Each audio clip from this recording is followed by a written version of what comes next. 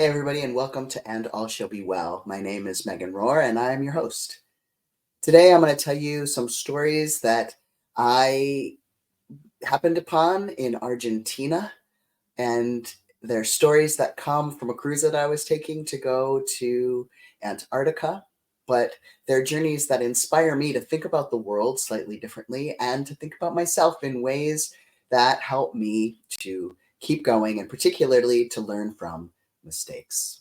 I'm so grateful that you're here and listening, and I hope you'll enjoy this story.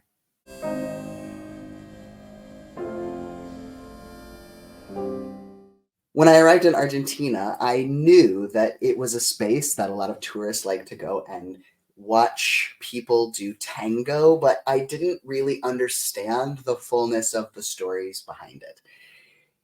It's one of many art forms that comes out of spaces where people are wanting to encounter their sexuality, maybe in the poorer parts of town, maybe with the people that are considered on the margins, sometimes encountering the LGBTQ community, sometimes the people who were thought to be in trouble on Sunday morning by those that were arguing that celibacy was required if you weren't married. This tango lifestyle sort of came out of female empowerment, strangely, as well.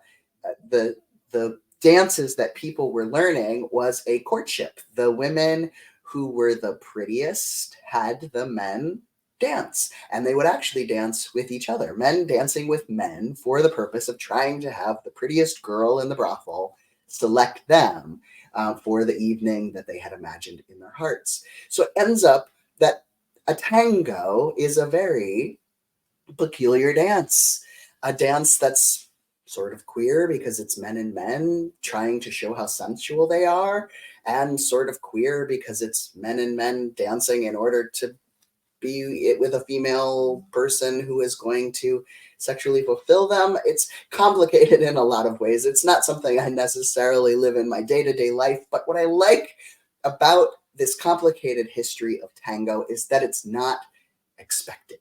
What now is a very expensive thing that tourists can go and watch because now it's respectable and it's in the fancy parts of towns, and it's something that is possible for upper class people to do and to talk about and to know that they're going to it.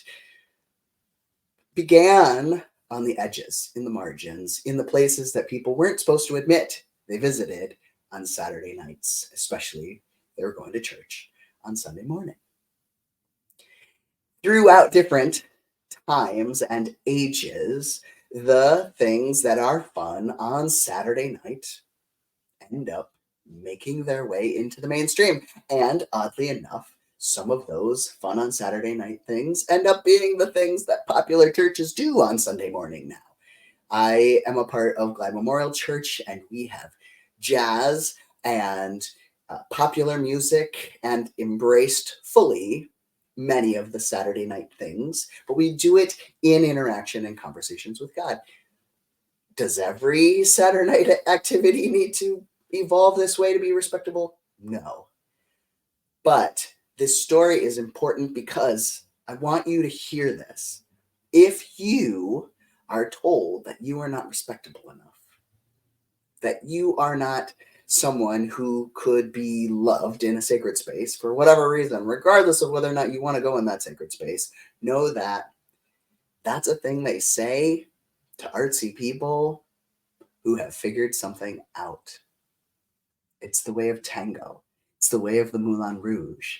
It's the way of drag. And it is something that feels terrible when people tell you you are too far out there, or when they say that the fun that you're having somehow is devious. It's hard to live with. No one wants to be name called, but know that sometimes history thinks you're cooler than the respectable people. Those who lived through the 60s can tell you a lot of stories about this. Those who lived from the 70s can too. In fact, it sort of seems like growing up in the 80s as I did, a lot of the things that were uncool then are pretty cool now. So remember, time doesn't always see you the way you're afraid it will. The things that are marks of shame in the future sometimes are badges of honor. Beautiful. We don't really know. But what I do know, and what the purpose of these conversations are, particularly around wellness, is that my hope is that you will give yourself the chance to live into the future. Take a chance that the people today who are frustrating and annoying and obnoxious and can only think of the ways that you are wrong might find new ways of imagining you in the future.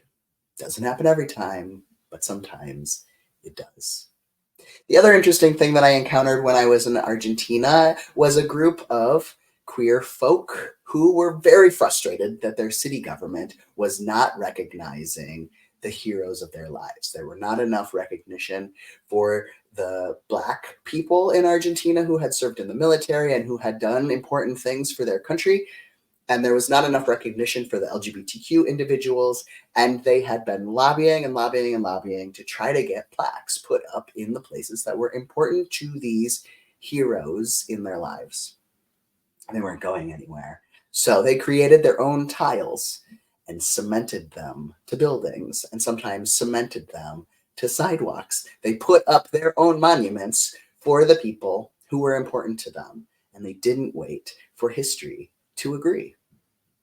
By putting up these plaques and monuments, and in many cases, just spray painting on the side of buildings and putting graffiti where they wanted the monuments to go, people who own the buildings thought, we'd way rather have a nice monument than this graffiti every single year on the anniversary of whatever event they were celebrating. They began lobbying the government and the political leaders to get those exact same monuments. Reminds me of a story in scripture where this lady who was poor deserved justice because she was right, but no one would give it to her. So she just went to court every day and annoyed the judge. And finally, the judge gave her justice, not because of the merit of her arguments, which she also had on her side, but because of her tenacity and wearing them down. Sometimes when history doesn't yet make it to the spaces of honoring the things that are important to us, our tenacity will wear people down. Keep honoring those people from the past that are important to you, even if they're only important to you. When no one listens, use some cement or maybe graffiti. And just keep telling the stories annoyingly over and over until people understand those memories that we hold in grief and that help us live to the next movement and the next movement. And I hope that you'll share stories of people that are important to you and places that are important to you in the comments, in your encounters with other people in your lives, and that you'll let me root for you and your heroes and holidays.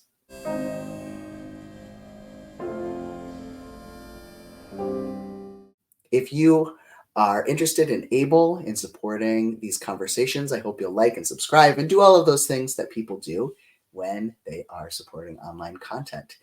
Thank you, everyone who is supporting us on Patreon. It is really helpful to have a few people who are willing to kick in some change to help us cover some of the costs that go from paying for the services that make it possible to make the podcast available to everyone for free, or to use the fancy software that we use to put it together. So grateful for all of you. If you haven't yet and you are able and want to kick in, please do. If you're not able, know that it is truly important to me that you are doing the best you can for yourself each and every day. I'm rooting for you, and I know that no matter what choices you make, whether they're mostly good or mostly bad, or your doctor agrees with them, that it will lead you towards wellness, the kind of wellness that works for you and helps you to know that you are beloved. Take care, everybody.